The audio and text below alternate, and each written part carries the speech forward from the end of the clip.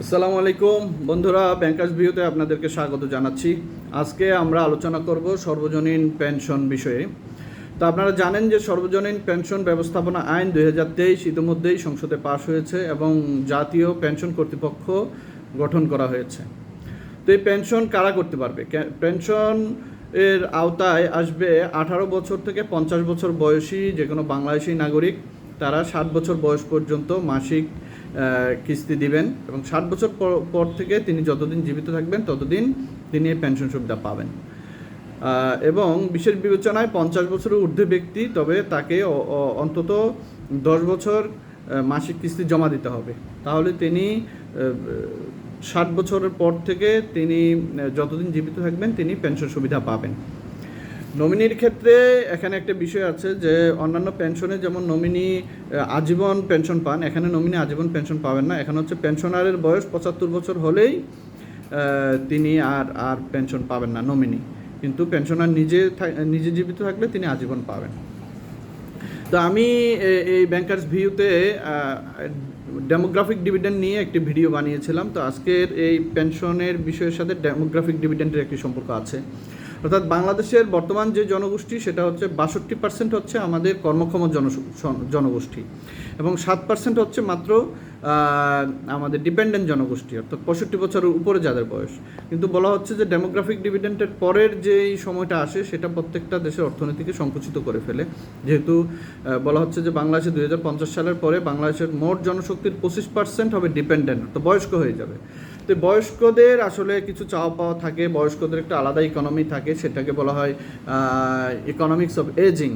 যেই জিনিসটা নিয়ে জাপান, সুইজারল্যান্ড সহ অন্যান্য অনেক দেশ এখন এই বয়স্কদের নিয়ে কাজ করছে, যার কারণে তার রোবোটিক্স এসবে চলে যাচ্ছে। তো আমাদের দেশেও বয়স্কদের অর্থনীতি নিয়ে আমাদের কাজ করতে হবে। তো বয়স্করা কী চান? মূলত বয়স্করা আমাদের স্বাস্থ্য সুরক্ষা চান, বাসস্থানের সুবিধা চান, একটা নির্মল বিনোদনের ব্যবস্থা চান, তাদের যাতায়াত সুবিধা চান, তাদের খাদ্য নিরাপত্তা চান, ব্যাংকিং চ্যানেলে, অর্থনৈতিক চ্যানেলে তাদের অ্যাক্সেস চান। তো আমরা এখন দেখি যে আসলে বাংলাদেশের যারা বিত্তবান আছেন, ক্ষমতাশালী আছেন, তারা কিছু হলেই সিঙ্গাপুর চলে যাচ্ছেন। যারা আরেকটু কম বিত্তশালী তারা ইন্ডিয়া চলে যাচ্ছেন। এতে আমাদের প্রচুর বৈদেশিক মুদ্রা কিন্তু দেশের বাইরে চলে যাচ্ছে। তো আমাদের বয়স্ক জনগোষ্ঠীকে আমরা যদি টার্গেট করতে চাই, এবং আমরা যে 10 কোটি জনগণকে টার্গেট করা হয়েছে এই সর্বজনীন পেনশন সুবিধার আওতায় আনার জন্য, তো এদেরকে যদি আমরা আগ্রহী করতে চাই, জনপ্রিয় করতে চাই, তাহলে অবশ্যই আমাদের স্বাস্থ্য সুরক্ষায় আমাদের কাজ করতে হবে। এবং আমাদের স্বাস্থ্য নিয়ে আমরা যদি ভবিষ্যতে এখন যে ইয়াং জেনারেশন আছে, ইয়াং জেনারেশন যখন ভবিষ্যতে বয়স্ক হবে তখন যাতে তারা স্বাস্থ্য সুরক্ষাটা ভালো পায় সেই ব্যবস্থা এখন থেকেই নিতে হবে। তো এর স্কিমসমূহ কী? আসলে 5টি স্কিম আছে এখন।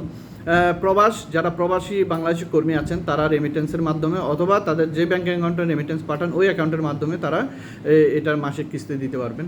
প্রগতি হচ্ছে বেসরকারি কর্মচারী এবং প্রতিষ্ঠান এর কর্মী এবং বেসরকারি প্রতিষ্ঠান নিজেও করতে পারবে। সুরক্ষা হচ্ছে স্বকর্ম, যেমন আমাদের ছোট ব্যবসায়ী হতে পারে, কামার কুমার, জেলে, কৃষক, ডাক্তার, ইঞ্জিনিয়ার, ড্রাইভার, এরা সবাই সুরক্ষার মধ্যে পড়বে।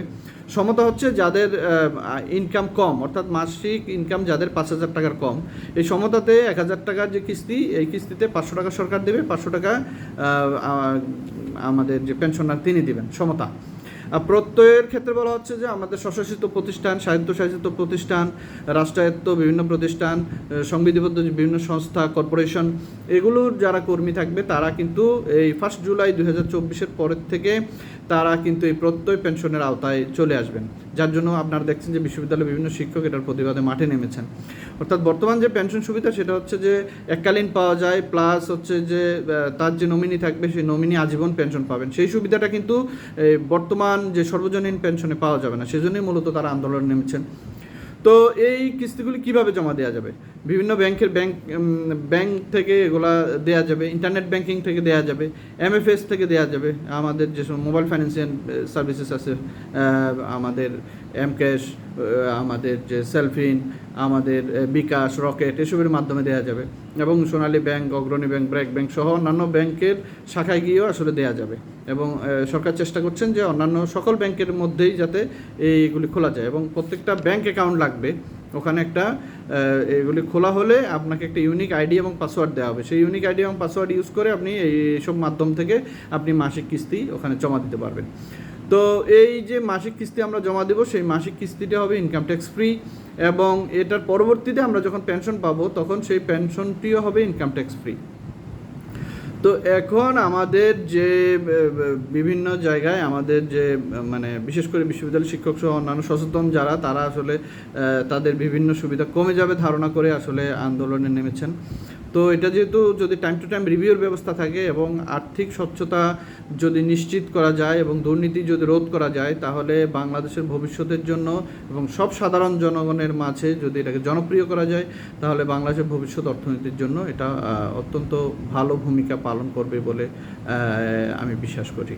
তো সবাইকে কষ্ট করে আমার ভিডিও দেখার জন্য, এবং ব্যাংকার্স ভিউ আপনারা সাবস্ক্রাইব করবেন, ব্যাংকার্স ভিউর সাথে থাকবেন, এই আশাবাদ ব্যক্ত করে শেষ করছি। আসসালামু আলাইকুম ওয়া রাহমাতুল্লাহ।